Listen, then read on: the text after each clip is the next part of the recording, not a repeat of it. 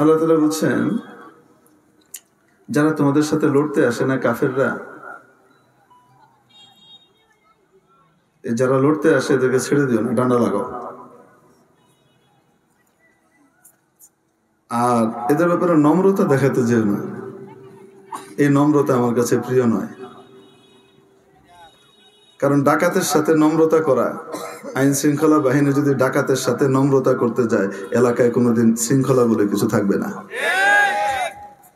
এটা ডাকাতের চেয়েও খারাপ।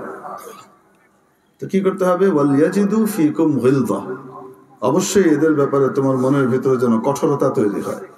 ইয়া আইয়ুহাল্লাযীনা আমানু কাতিলুল্লাযীনা ইয়ালুনাকুম মিনাল কুফফারি ওয়ালয়াজিদু ফীকুম গিলযা ওয়া'লামু আন্নাল্লাহা মা'আল মুত্তাকীন। সাদাকাল্লাহু মাওলানাল আযীম।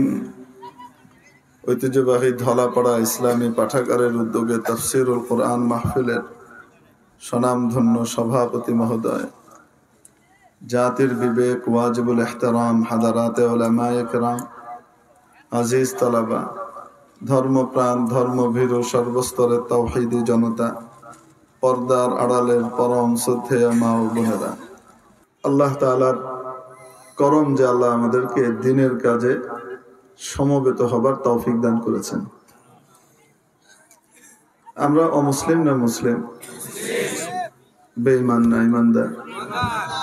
ঈমানদারদেরকে লক্ষ্য করে আল্লাহ তাআলা অনেক কিছু বলেছেন। যেহেতু ঈমানদাররা প্রিয় আল্লাহ তাআলার, তাই ঈমানদারদেরকে লক্ষ্য করে, এই ঈমানদাররা, এই বিশ্বাসীরা, মানে এই আমার প্রিয় বান্দারা, শোনো তোমাদেরকে একটা কথা বলি। তো কি কথা বলছেন জানেন? যে আয়াতখানা তিলাওয়াত করেছি, সূরাতুত তাওবার শেষ পৃষ্ঠার আয়াত। আল্লাহ তাআলা বলছেন, যারা তোমাদের সাথে লড়তে আসে না কাফেররা, যারা লড়তে আসে এদেরকে ছেড়ে দিও না, ডান্ডা লাগাও। আর এদের ব্যাপারে নম্রতা দেখাতে যেও না, এই নম্রতা আমার কাছে প্রিয় নয়। কারণ ডাকাতের সাথে নম্রতা করা, আইন শৃঙ্খলা বাহিনী যদি ডাকাতের সাথে নম্রতা করতে যায়, এলাকায় কোনোদিন শৃঙ্খলা বলে কিছু থাকবে না। এটা ডাকাতের চেয়েও খারাপ। তো কি করতে হবে? ওয়ালিয়াজিদু ফীকুম গিলযা, অবশ্যই এদের ব্যাপারে তোমার মনের ভিতরে যেন কঠোরতা তৈরি হয়। ফিলিস্তিনের মুসলমানকে হত্যা করলে আমার আপনার দিলের ভিতরে যদি ইসরায়েল এবং তাদের দোসরদের ব্যাপারে কঠোরতা তৈরি না হয়, বুঝতে হবে ঈমানের ভয়ঙ্কর ঘাটতি আছে। যদি ওদের ব্যাপারে সেখানে মায়া আর মহব্বত প্রমাণ হইতে থাকে, ওদের ব্যাপারে মনের ভিতরে রাগ, ক্ষোভ, গুসা না জন্মে, ওদেরকে পরিত্যাগ করা, ওদেরকে বয়কট করার মানসিকতা যদি আমার আপনার দিলে তৈরি না হয়, তাহলে যত নামাজ পড়ি, রোজা রাখি আর যাই করি না কেন, বুঝতে হবে ঈমান কিন্তু আইসিইউতে আছে। ঈমানের অবস্থা খুব একটা সুবিধা না। শয়তানের এক ঝাপটায় চলে যাবে, ঈমান থাকবে না। অতএব আজকে ফিলিস্তিনে যে অবস্থাগুলো চলছে, আপনারা যদি দেখেন চোখের পানি রাখতে পারবেন না। এক তো হলো বাড়িঘর ধ্বংস করে দিয়েছে, তারা এখন তাঁবুর ভিতরে এসে আছে। 5 তলা, 6 তলা, 10 তলা, 12 তলা ভবনের মালিক, বাপ ভাই মরে গেছে, বাচ্চাটা বেঁচে আছে, আরেকজনের সাথে, প্রতিবেশীর সাথে এক ক্যাম্পের ভিতরে জীবন যাপন করছে। কারো মা আছে তো বাবা নাই, কারো বাবা আছে তো মা নাই, কারো সমস্ত ফ্যামিলির সব চলে গেছে, 1-2 জন মাত্র বেঁচে আছে। এই অবস্থায় তারা ওখানে মানবেতর জীবন যাপন করছে। তাও তারা যেন থাকতে না পারে, এটার জন্য কৃত্রিম বন্যার ব্যবস্থা করা হয় সিস্টেম করে। একটু বৃষ্টি হলো, কত কষ্ট, তার ভিতরে পানি। হামাসের সুড়ঙ্গ থেকে হামাসকে বের করতে হবে, তাই সাগরের পানি সুড়ঙ্গে ঢুকাই দিচ্ছে বিশেষ পাম্প দিয়ে। সুড়ঙ্গ তো এদিক ওদিক যায় না, হেনতে হেনতে ফুটে বেরিয়ে সেগুলা কি হইতেছে,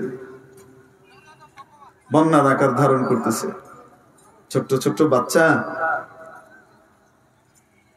ছোট্ট ছোট্ট বাচ্চা ভিজা কাঁথা, ভিজা কম্বলের ভিতরে মাথা রেখে শুয়ে আছে, অর্ধেক শরীর তার পানিতে, অর্ধেক শরীর তার কোথায় মাটি। এই দশা, এই অবস্থা দেখবার পরেও যদি কারো ইসরায়েলি দুষ্ট এবং তাদের দোসরদের ব্যাপারে উদারতা, মায়া, ভালোবাসা বা তাদেরকে সামান্য এক রতি এক পয়সা দিয়ে সাহায্য করার মনোভাব তৈরি হয়, তার ঈমান আছে কি নাই তা সে নিজেকে জিজ্ঞেস করুক। আসতে বলেন, ঠিক কি ঠিক না? বলা লাগবে না। তাহলে ওদের সাথে আমাদের সম্পর্ক কি বন্ধুত্বের হবে? ইসরায়েল আর তার দোসরদের সাথে আমাদের সম্পর্ক বন্ধুত্বের না মুকাতা, বয়কট? যদি তাই হয়, লড়াই কি শেষ হয়ে গেছে? অ্যাকুয়াফিনা আপনাদের এখানে কিভাবে আসে? কিভাবে আসে অ্যাকুয়াফিনা? কিভাবে আসে অ্যাকুয়াফিনা?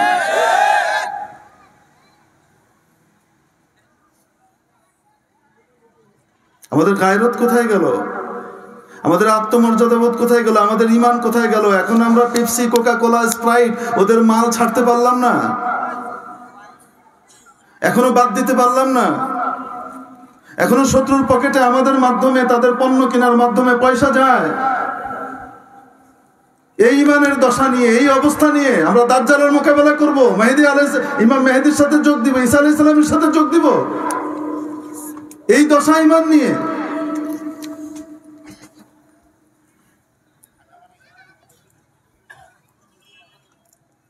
কিনলে অ্যাকুয়াফিনা, এই পানিগুলা হলো ওদের পানি। পেপসি কোম্পানির পানি কি অ্যাকুয়াফিনা? কিনলে হলো কার পানি? কোকা কোলাদের পানি। যখন গোটা পৃথিবীর মানুষ, শুধু মুসলমান না, অমুসলিমরা পর্যন্ত রাস্তায় নেমে আসলো ফিলিস্তিনিদের হত্যার প্রতিবাদে। আমেরিকার মতো জায়গাতে ৬-৭ লাখ মানুষ একত্রিত হয়ে যাওয়া চারটিখানি কথা। ব্রিটেনের মতো জায়গাতে ৮-১০ লাখ লোক একসাথে হয়ে যাওয়া, এটা চারটিখানি কথা প্রতিবাদে। ঠিক সেই সময় এই Coca Cola company, Coke studio আমার দেশে কনসার্ট করেছে বাংলাদেশ আর্মি স্টেডিয়ামে বসে। সেই উৎসবে মুসলমানের বাচ্চারা শরীক হয়েছে। ঈমান কোথায়? গায়রত কোথায়? এই ঈমান দিয়ে জান্নাত? এই ঈমান তো সাথে করে দুনিয়া থেকেই নিয়ে কবরে যাওয়া যাবে না, হাসর পর্যন্ত এই ঈমান কই যাবে? মেরে মুহতারাম দোস্ত, এই জন্য ভাবনার বিষয়, চিন্তার বিষয়। ঈমানের পরীক্ষা নিতে থাকা দরকার যে আমার ঈমানের অবস্থাটা কি। ওদের পণ্য বয়কট করার বিধিবিধান এবং ইসলামের এই নির্দেশিকা মানবিক দৃষ্টিভঙ্গিতে চিন্তা ভাবনা করা ইত্যাদির দিক থেকে মানুষের নিজস্ব যে একটা কি আছে, চিন্তা ভাবনার দিক আছে, বিবেক আছে। এই বিবেকের দৃষ্টিতে এখনো কি তাদের সাথে আমাদের যুদ্ধ শেষ হয়ে গেছে? না, তারা এখনো যুদ্ধে। তাহলে ওদের আর ওদের দোসরদের কোম্পানির মাল আমরা কিনি, কত লজ্জার কথা। ইউনিলিভারের মাল, লাক্স, লাইফ বয়, এগুলো আমরা কিনি, কত লজ্জার কথা।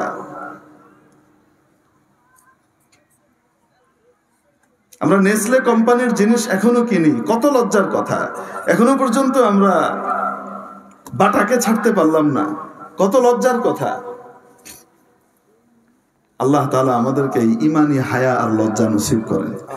কারণ নবীজি বলেছেন, ঈমানের বিদ'উন ওয়া সিত্তুনা শু'বা, ঈমানের ৬০-এর অধিক কি আছে, শাখা আছে। ১ নম্বর হলো ঈমান, লা আশহাদু আল্লা ইলাহা ইল্লাল্লাহ ওয়া আশহাদু আন্না মুহাম্মাদান আবদুহু ওয়া রাসূলুহু, কাউলু লা ইলাহা ইল্লাল্লাহ ওয়া আন্না মুহাম্মাদান রাসূলুল্লাহ। এই হলো ১। সর্বশেষ ইমাতাতুল আযা আনিত তারিক, রাস্তা থেকে কষ্টদায়ক জিনিস সরিয়ে দেওয়া। সেই রাস্তা দিয়ে কাফের চলুক, মুশরিক চলুক, খ্রিস্টান চলুক, হিন্দু চলুক, মুসলমান চলুক, যেই চলুক না কেন, রাস্তায় কষ্টদায়ক জিনিস আছে।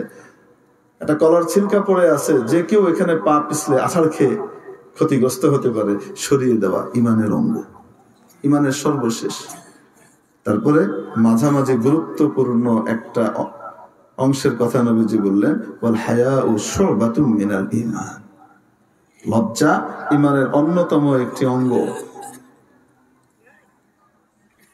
বাকিগুলোর উল্লেখ করেন নাই, শুধু মাঝখানের একটার কথা উল্লেখ করলেন। তার মানে বোঝা গেল মাঝখানে সবগুলোর ভিতরে উল্লেখযোগ্য যদি সব বাদ দেওয়া হয়, সবচেয়ে গুরুত্বপূর্ণ কোনটা? হায়া, হায়ায়ে ইমানি, লজ্জা। লজ্জা যদি থাকে, এই সমস্ত কুফারের সাথে যারা মুসলমানদেরকে হত্যায় অংশগ্রহণ করে, মানবতা হত্যার ভিতরে অংশগ্রহণ করে, এই সমস্ত লোকদের সাথে সম্পর্ক তো দূরের কথা, ওদের পণ্য কোনো সময় কিনে ওদের পকেটে পয়সা এক রতিও পাঠাতে রাজি হবে না। লজ্জা লাগবে, ইমানি লজ্জা। আল্লাহ তাআলা আমাদেরকে ইমানি হায়া নসিব করেন। এর বেশি কিছু বলবো না। আখিরু দাওয়ানা আলহামদুলিল্লাহি রাব্বিল আলামিন। হযরত আল্লামা শেখ নূর হোসেন নুরানি দামাত বারাকাতুহুম তাশরিফ নিয়ে এসেছেন। আপনাদের অত্যন্ত পরিচিত, আলোচিত এবং জনপ্রিয় বক্তা। আসলেই খুব সুন্দর আলোচনা করেন। হযরত মাওলানা হাফেজ মাহমুদুল হাসান নোমান সাহেব, উনিও তাশরিফ নিয়ে এসেছেন। আপনাদের বয়ান ধারাবাহিকভাবে চলবে, দেরি করলে ওখানে ওদের জবাই হয়ে যাবে, এজন্য অনুমতি নিলাম। জাযাকুমুল্লাহু তাআলা খায়রান ওয়া খায়রাল জাযা। আরো অল্পতে শেষ করতে চেয়েছিলাম, কিন্তু একুয়াফিনা দেখে আর মাথা ঠিক রাখতে পারি নাই, মাফ করে দিন। আসসালামু আলাইকুম ওয়া রাহমাতুল্লাহ। ইনশাআল্লাহ ইনশাআল্লাহ একটু আগে যোগাযোগ করলে তাহলে এদিক থেকেই হিসাব করে, এইভাবে বললে প্রোগ্রাম পাবেন না। তারিখ আমার হাতে ছাড়তে হবে, তাইলে ওইভাবে করা যাবে না। হ্যাঁ, আসসালামু আলাইকুম ওয়া রাহমাতুল্লাহ।